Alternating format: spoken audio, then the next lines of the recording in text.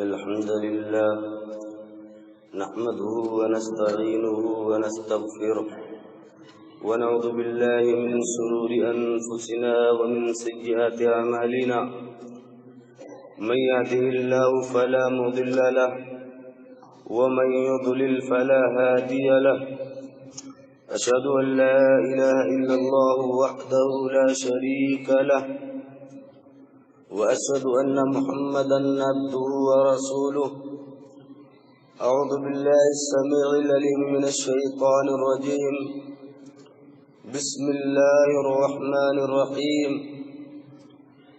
يا أيها الذين آمنوا اتقوا الله حق تقاته ولا تموتن إلا وأنتم مسلمون يا أيها الناس اتقوا ربكم الذي خلقكم من نفس واحدة وخلق منها زوجها وبث منهما رجالا كثيرا ونساء واتقوا الله الذي تساءلون به والأرحام إن الله كان عليكم رقيبا يا أيها الذين آمنوا اتقوا الله وقولوا قولا سديدا يصلح لكم أعمالكم ويغفر لكم ذنوبكم ومن يطع الله ورسوله فقد فاز فوزا عظيما أما بعد فإن خير الكلام كلام الله وخير الهدي هدي محمد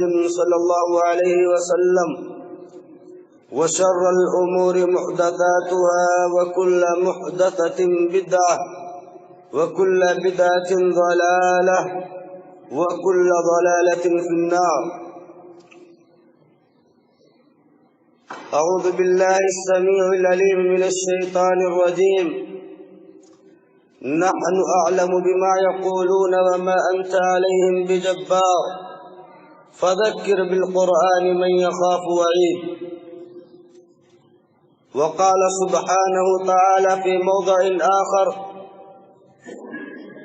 وأنكحوا الأيام منكم والصالحين من عبادكم وإمائكم إن يكونوا فقراء يغنيهم الله من فضله وقال عز للقائل هو الذي خلقكم من نفس واحدة وجعل منها زوجها ليسكن إليها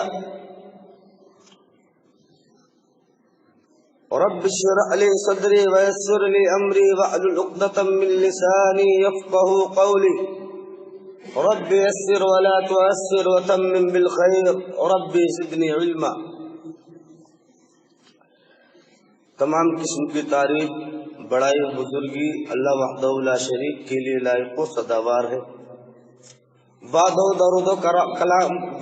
درود و سلام کے بے شبہ نذران تمام انبیاء کرام پر پیش ہو، بالخصوص ہمارے اور آپ کے آخری نبی جناب محمد عربی صلی اللہ علیہ وسلم پر.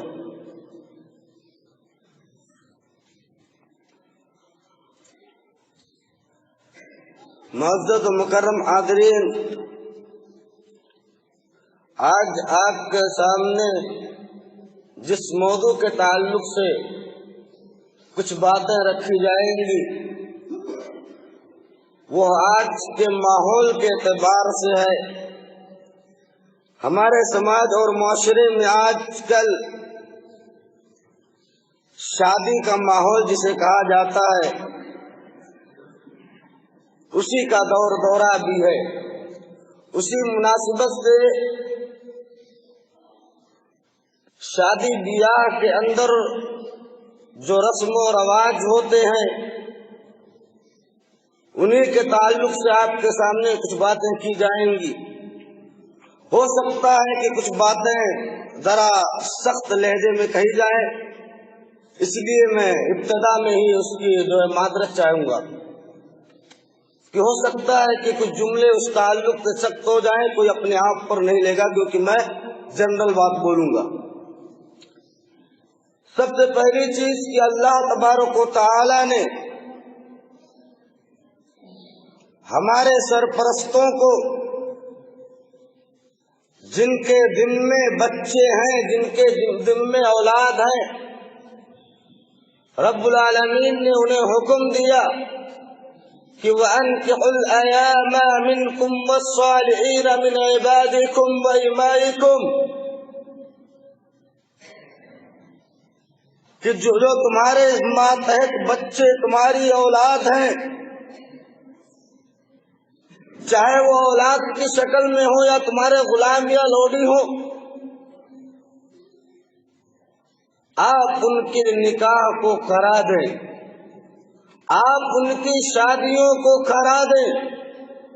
یہ ایک والد اور ایک سرپرست کی ذمہ داری ہے کہ اپنی اولاد کی شادی وہ خود کرائے۔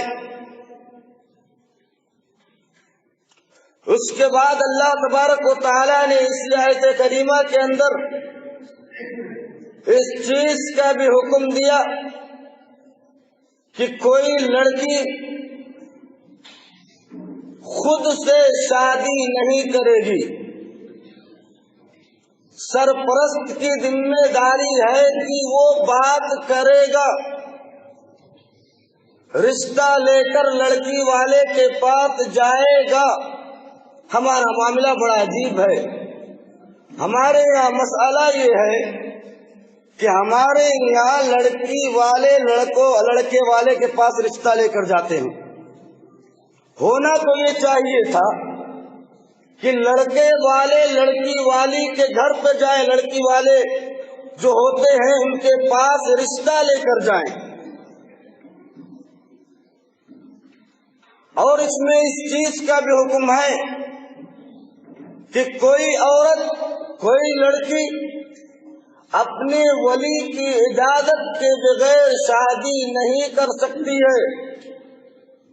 لو میرج شریعت کے اندر جائز درست نہیں ہے، کورٹ میرج شریعت کے اندر جائز درست نہیں ہے۔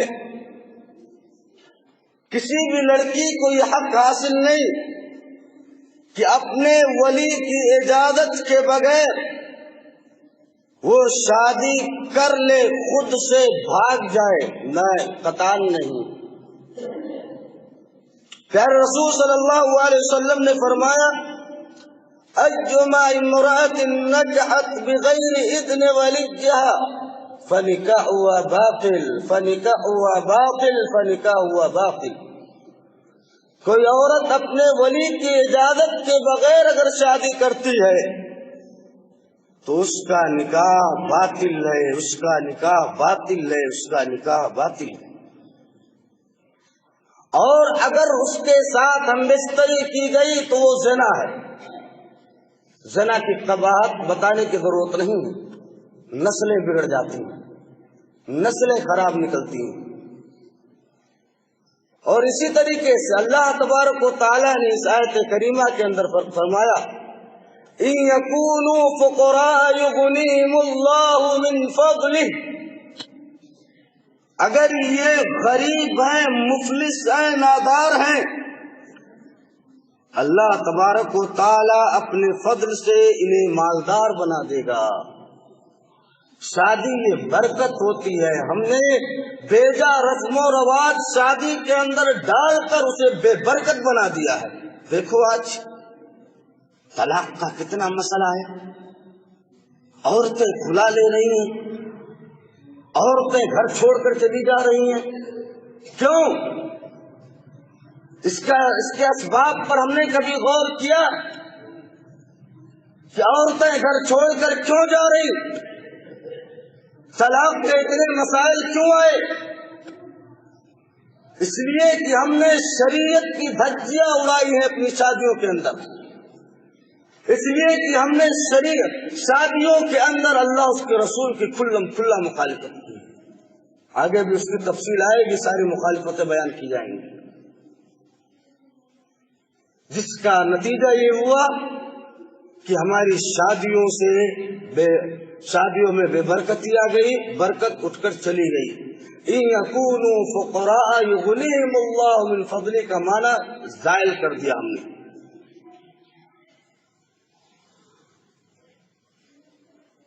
پیارے رسول صلی اللہ علیہ وسلم نے شادی کے تعلق سے فرمایا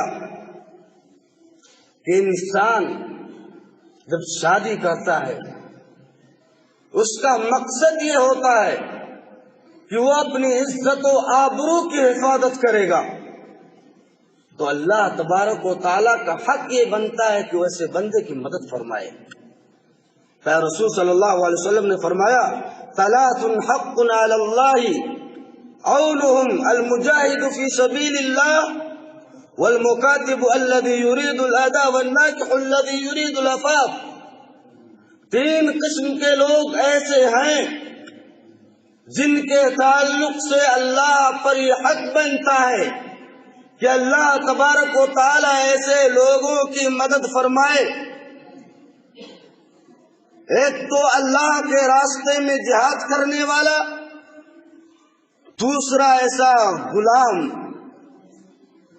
جو اپنے مالک سے کچھ روپے پر مکاتبہ کر لے کہ میں اتنے روپے دے دوں گا تو آزاد ہو جاؤں گا، تیسرا وہ انسان جو شادی صرف اس بیس پر کرے کہ میں اپنی عصمت و عزت کی حفاظت کروں گا۔ ہمارے سامنے اتنے لوگ موجود ہیں، اللہ کی قسم اپنے سینے پر ہاتھ رکھ کر بولو کہ ہم شادیاں کرتے ہیں تو کیا ہمارا مقصد یہ ہوتا ہے کہ اپنی عصمت و عزت کی حفاظت کریں گے؟ کیا ہمارا مقصد یہ ہوتا ہے کہ ہم اپنی اولاد کی شادی کر رہے ہیں اس کی عصمت و عزت کی حفاظت ہوگی؟ ہمارا مقصد یہ نہیں ہوتا ہے، ہمارا مقصد لوٹنا ہوتا ہے، ہمارا مقصد ڈکیتی کرنا ہوتا ہے، ہمارا مقصد غریبوں پر اپنے ظلم و جور کے ہاتھ کو بڑھانا ہے۔ ہمارا مقصد یہی ہے اور کچھ نہیں ہے۔ اسی کا نتیجہ یہ ہوتا ہے کہ طلاق ہوتے، اسی کا نتیجہ یہ ہوتا ہے کہ بہویں اور بیویاں گھر چھوڑ کر چلی جاتی ہیں۔ آپ کے کالے کرتوتوں کو دیکھ کر دوش عورتوں کو مت دیا کرو، دوش اپنی قسمت کو دیا کرو، دوش اپنے اعمال کو دیا کرو۔ کہ رسول صلی اللہ علیہ وسلم نے فرمایا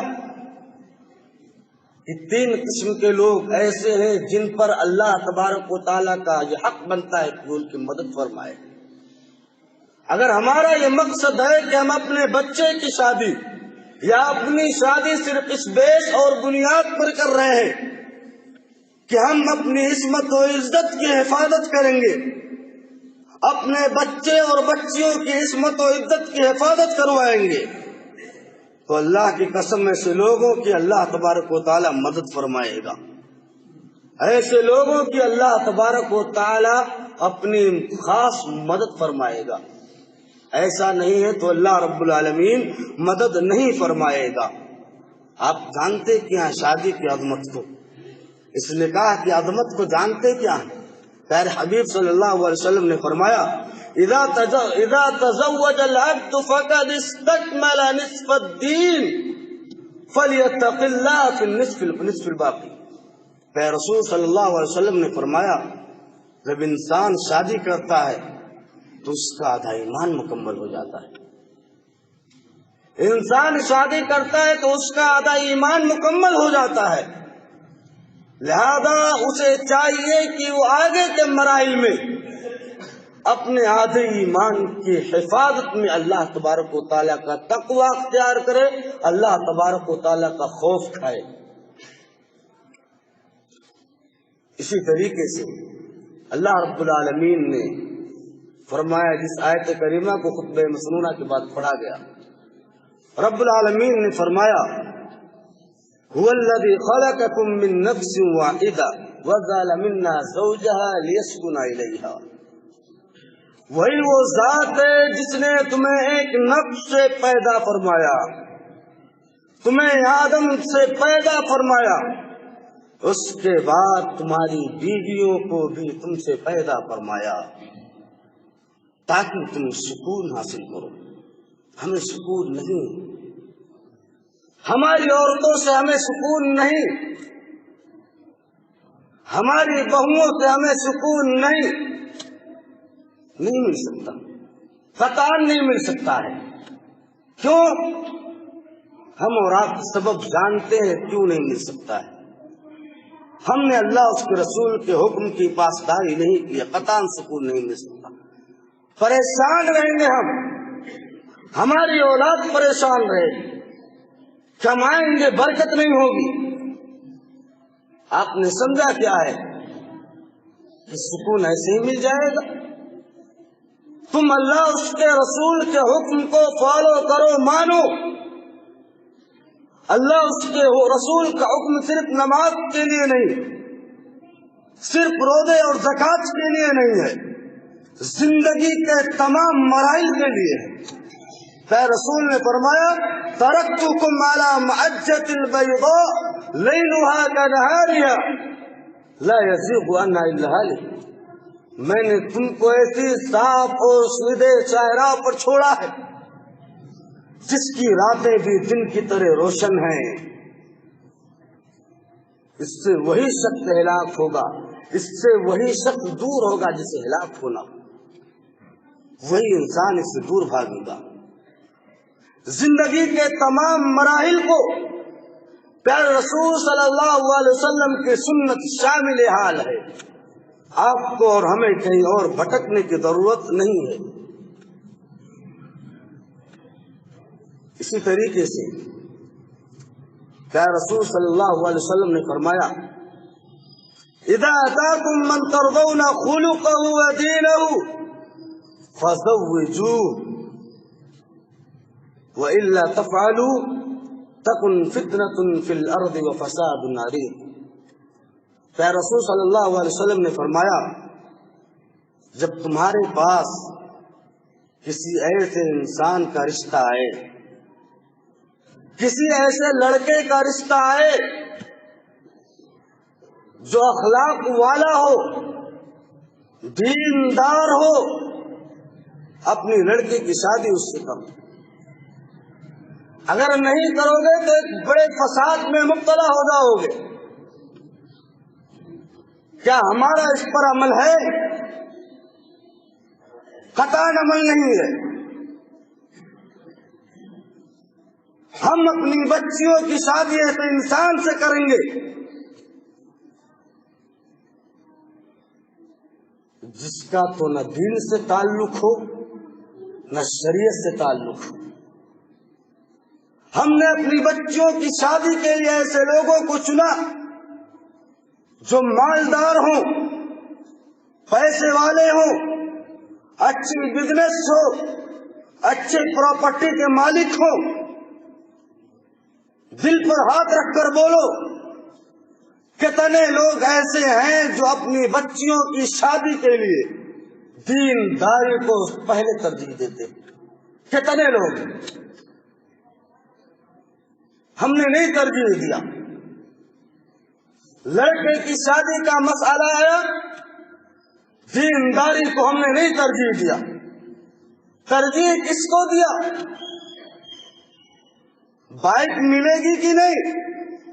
اجی میرا بیٹا ڈاکٹر ہے، انجینئر ہے، مولوی صاحب ہے، مدنی اور مکی صاحب ہے، یتنا کیش لوں گا، یتنا سامان لوں گا۔ کون ہوتے ہیں آپ؟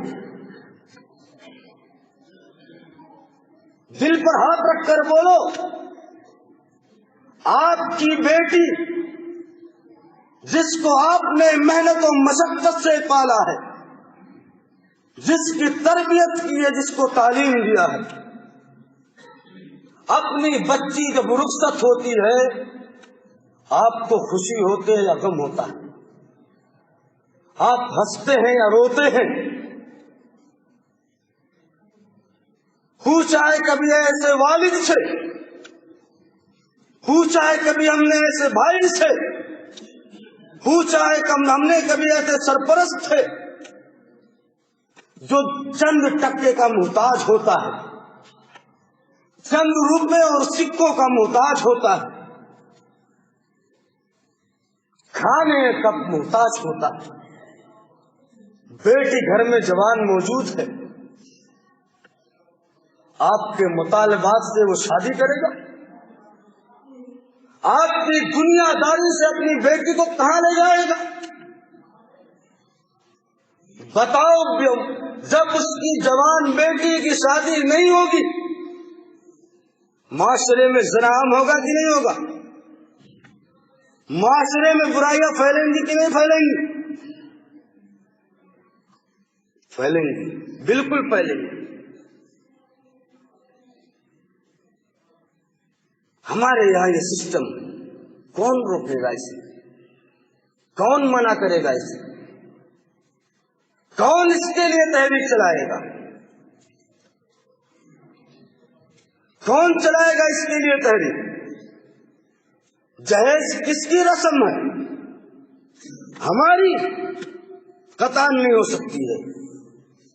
جہیز ہماری نہیں ہے، یہ ہندوانہ رسم ہے۔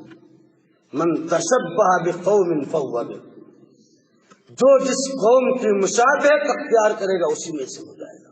لو جہیز۔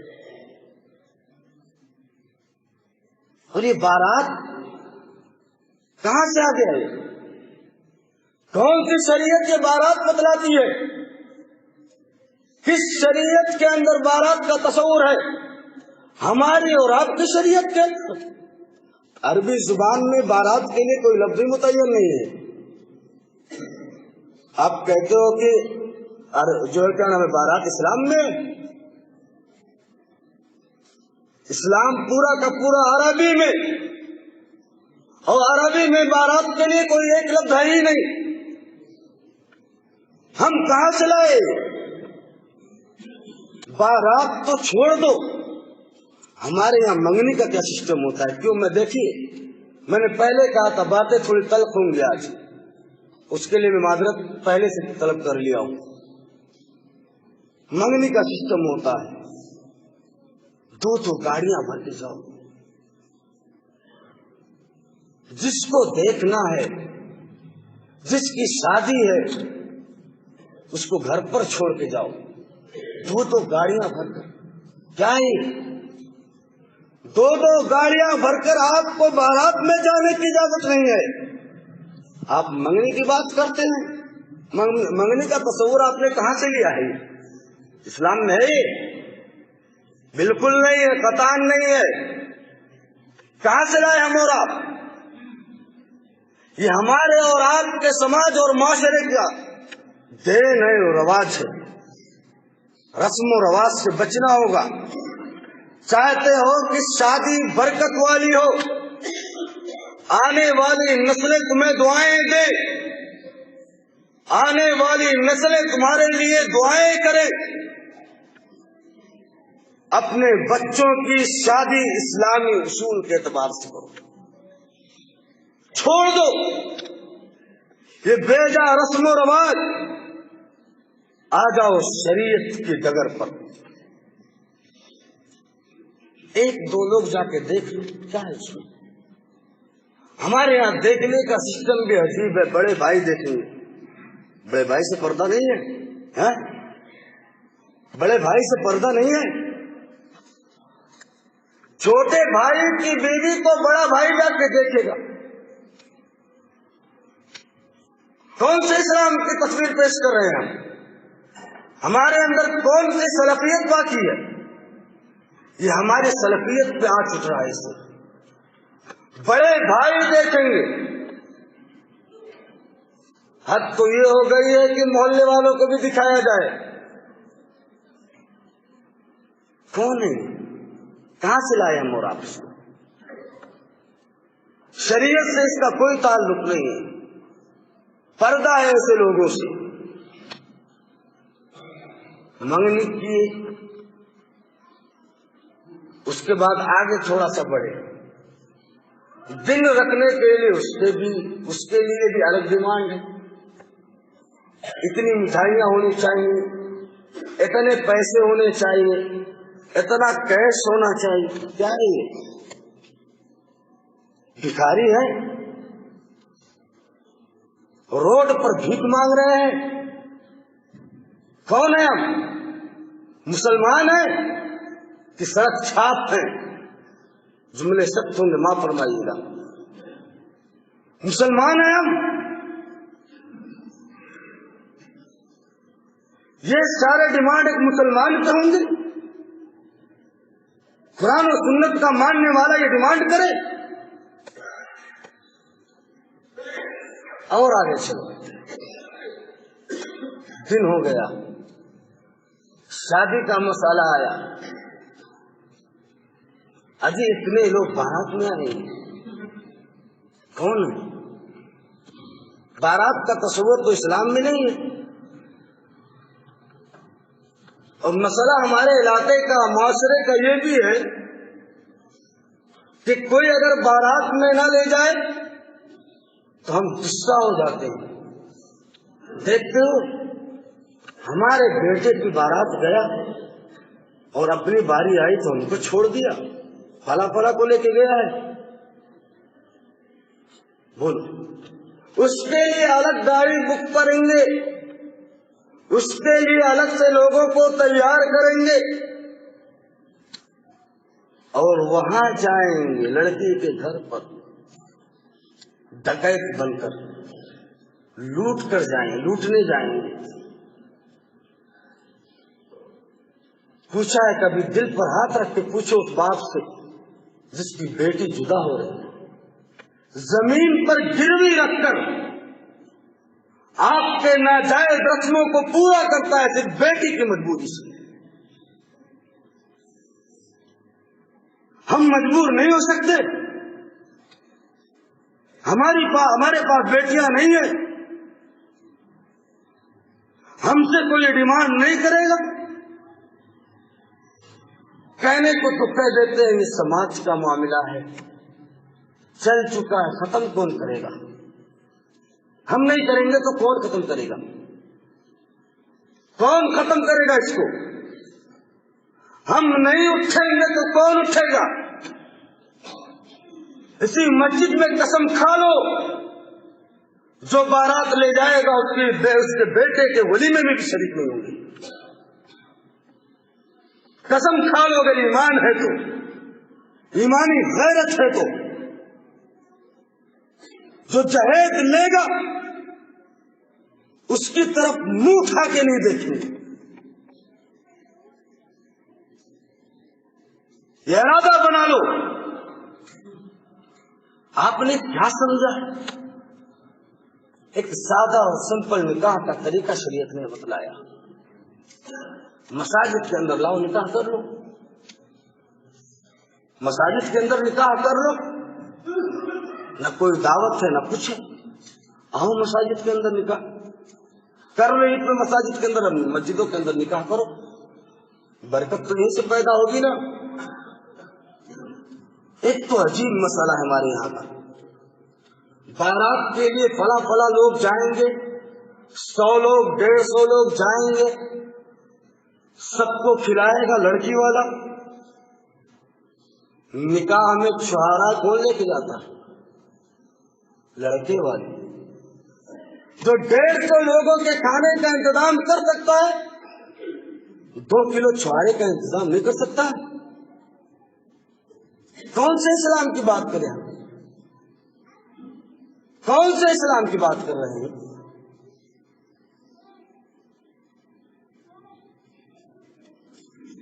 ایسی شادیوں کا شریعت اسلامیہ سے کوئی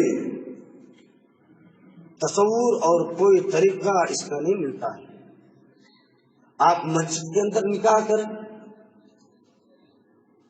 نہ کوئی دعوت ہو نہ کچھ ہو، دعوت صرف ایک ہے وہ بھی ولیمے کی۔ اگر دوسری دعوت ہوتی اور اگر اس میں کوئی خیر ہوتا تو پیارے رسول صلی اللہ علیہ وسلم اس دعوت کے بارے میں بھی بتلا دیتے کہ اجی لڑکی والوں کے یہاں بھی آپ لوگ کھانا کھا لینا۔ حضرت عبد الرحمن بن عوف رضی اللہ تعالیٰ عنہ نے شادی کی، آپ کو پتہ نہیں چلا، کپڑے پہ زردی لگی ہوئی ہے۔ اجی عبد الرحمن یہ زردی کاہے کو، کیسے لگی ہے یہ زردی؟ اے رسول میں نے شادی کر لی۔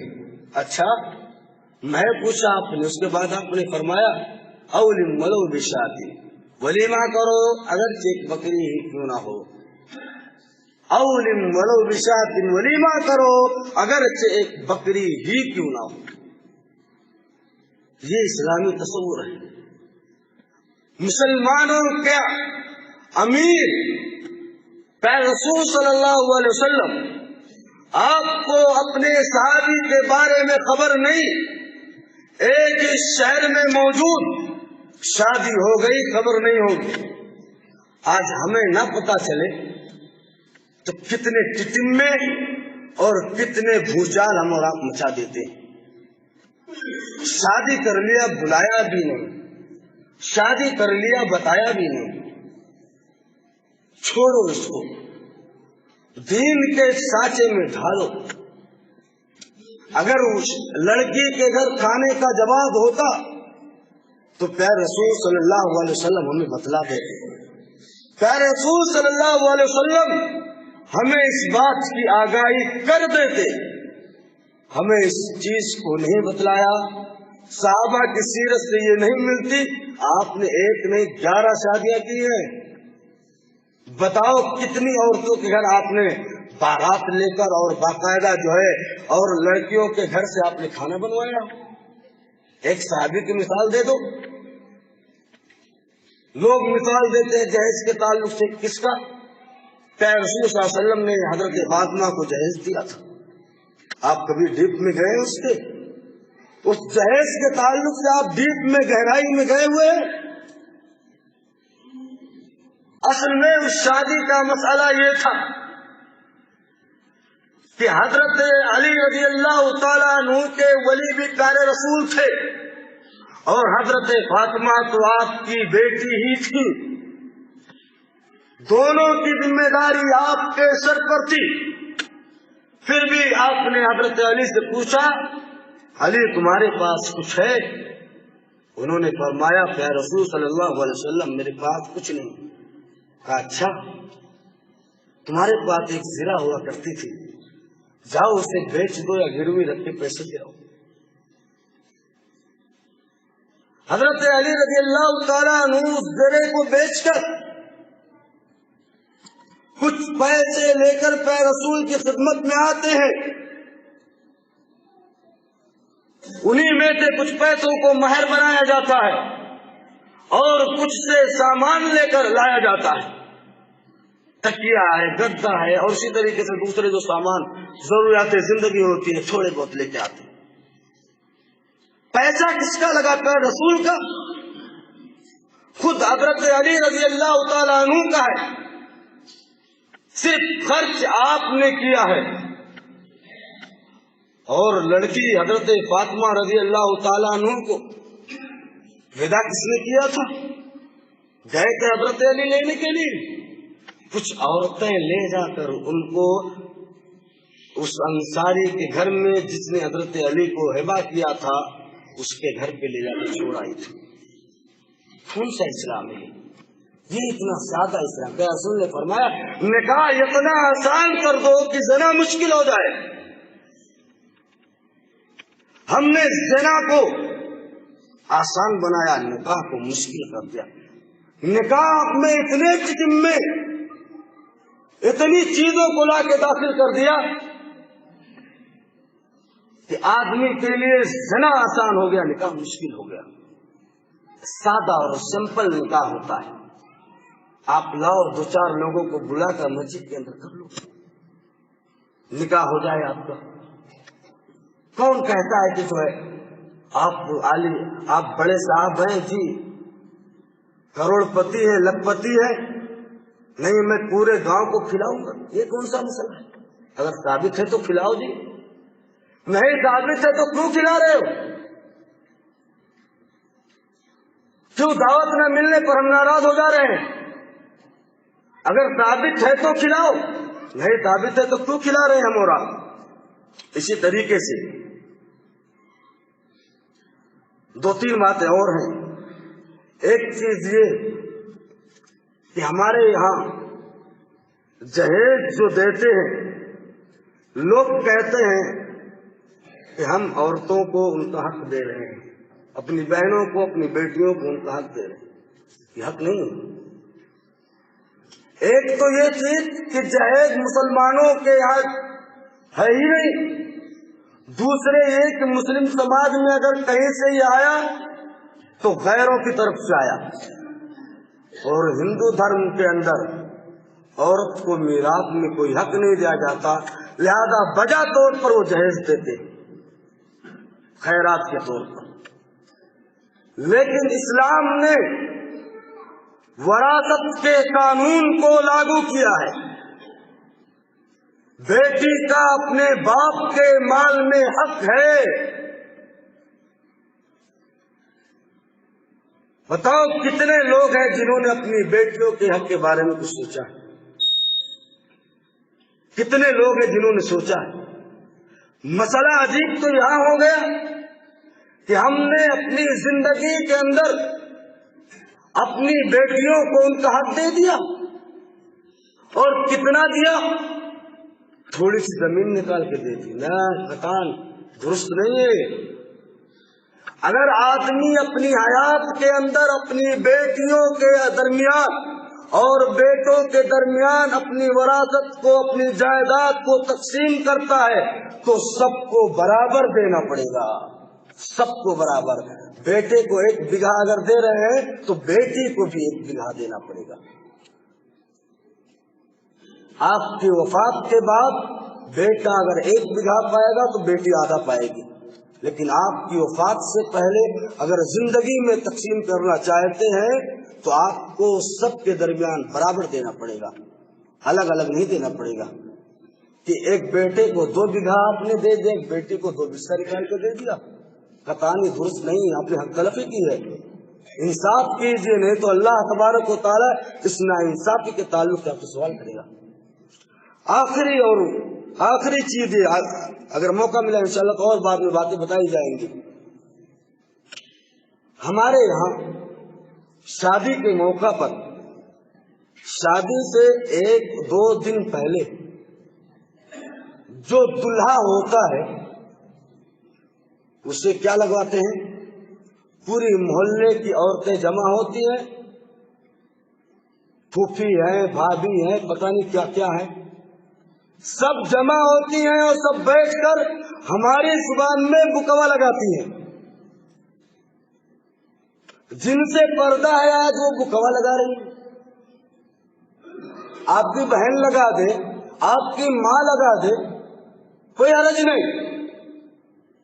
آپ کی بھابھی لگائے، پڑوس کی عورت آ کے لگائے، پتہ نہیں کون کون سے رشتے جوڑ کر آپ بکوا لگوائیں، قطعاً یہ درست نہیں ہے۔ آپ گناہ کبیرہ کے مرتکب ہو رہے ہیں، یاد رکھیے۔ ہم اور آپ گناہ کبیرہ کے مرتکب خود ہو رہے ہیں، اپنی اولاد کو بھی کر رہے ہیں۔ بچاؤ اپنے آپ کو، اپنے نفس کو جہنم کے عذاب سے۔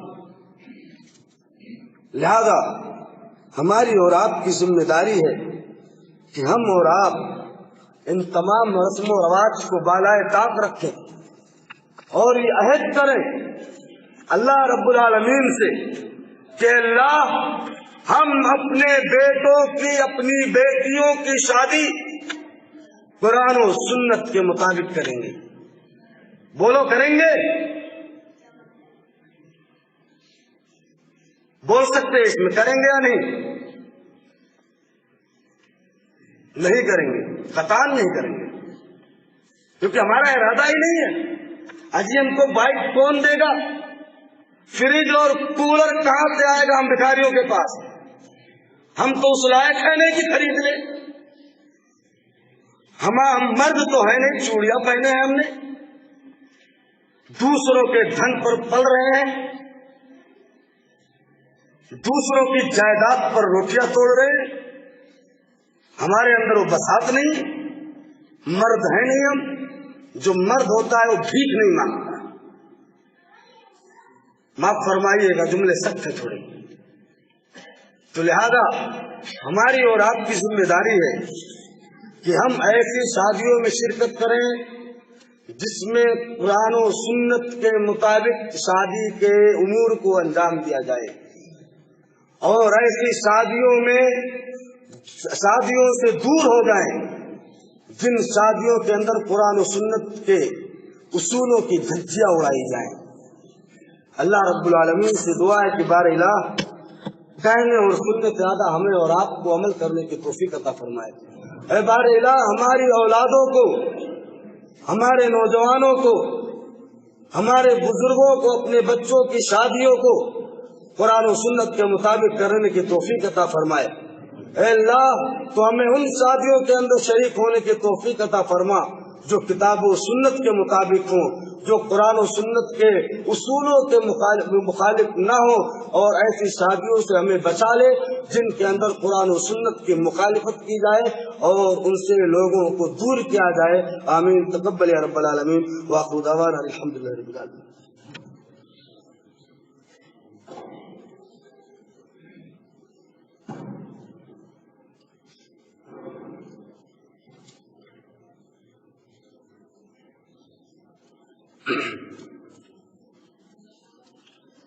إن الحمد لله نحمده ونستعينه ونستغفره ونعوذ بالله من شرور أنفسنا ومن سيئات أعمالنا من يهده الله فلا مضل له ومن يضلل فلا هادي له أشهد أن لا إله إلا الله وحده لا شريك له وأشهد أن محمدا عبده ورسوله أعوذ بالله السميع العليم من الشيطان الرجيم بسم الله الرحمن الرحيم إن الله وملائكته يصلون على النبي يا أيها الذين آمنوا صلوا عليه وسلموا تسليما اللهم صل على محمد وعلى آل محمد كما صليت على إبراهيم وعلى آل إبراهيم إنك حميد مجيد اللهم بارك على محمد وعلى آل محمد كما باركت على إبراهيم وعلى آل إبراهيم إنك حميد مجيد عباد الله رحمني ورحمكم الله إن الله يأمر بالعدل والإحسان وإيتاء ذي القربى وينهى عن الفحشاء والمنكر والبغي